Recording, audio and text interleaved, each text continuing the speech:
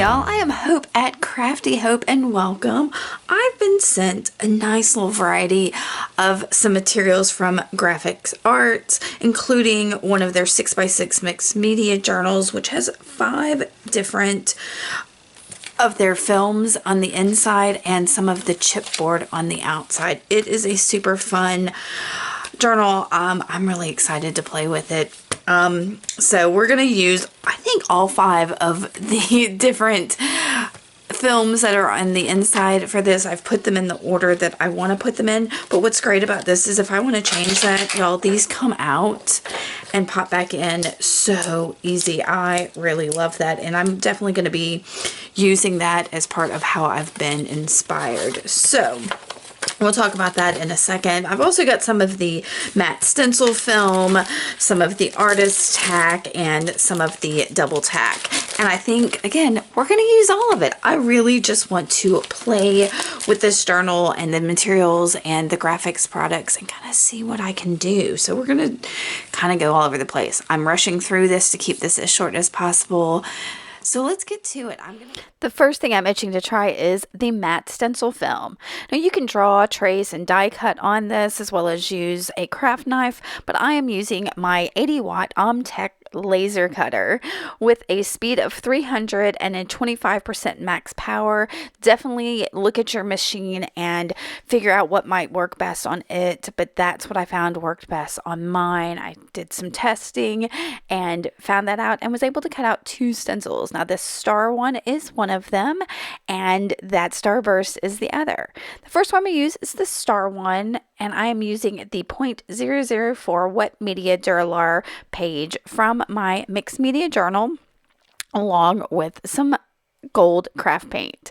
Now I'm placing that stencil. I'm going to use just a cosmetic sponge foam thing and stencil right onto that Duralar to have a pretty little starry sky. Now I've got the black paper there just so you can see a little bit better, so you can see how gorgeous that turned out. And I'm going to stick it right back in my journal and pop out the opaque black Duralar Bright and the opaque white Duralar Bright. So I'm going to pull those right out. See how easy that is, y'all? I love this, and I can rearrange these pages anytime I want to make a different layer later on. So I decided on both of these opaque Duralars, I was going to use alcohol inks. Now the black is going to work best with an iridescent or a metallic, but I am using some white Mixative, the Snowcap Mixative, along with some bright alcohol inks to get this. So you can see I've putting down my alcohol inks, putting in a little bit of that Mixative and some alcohol in a little dropper. And then I'm using a tool that will blow these out. You could also use maybe a straw or something like that to kind of move that alcohol ink around a little bit better. Now I worked on that for a while. I may have video of it on my own YouTube channel here later if you're interested in seeing that. But once I got the colors moved around, I grabbed some gold Mixative and splattered that on along with a little bit of alcohol just for some splatter movement. Then I moved on to the opaque white Duralar, and it doesn't need the Mixative the way the black does. So I'm going straight in with these beautiful bright alcohol ink colors.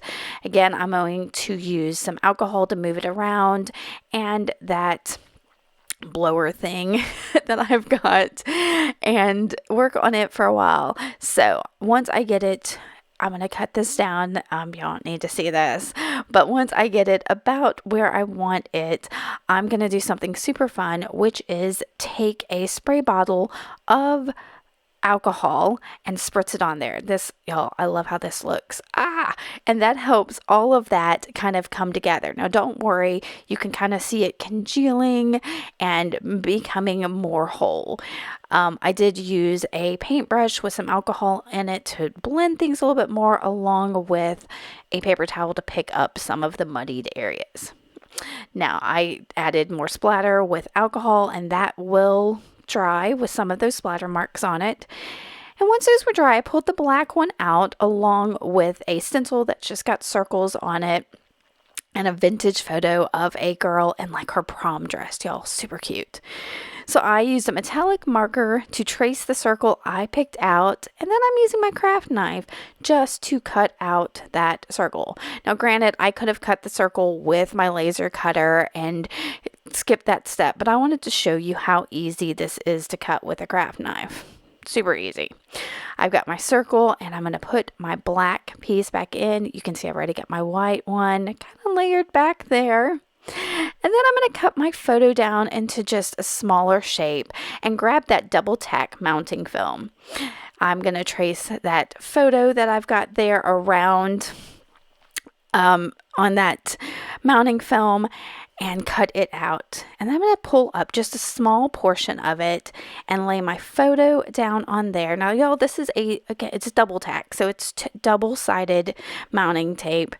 And I was able to put my photo down on there, and then because the back is not yet sticky, I can cut away the excess and fussy cut this photo so I can turn her into a like sticker that I can just peel the back of.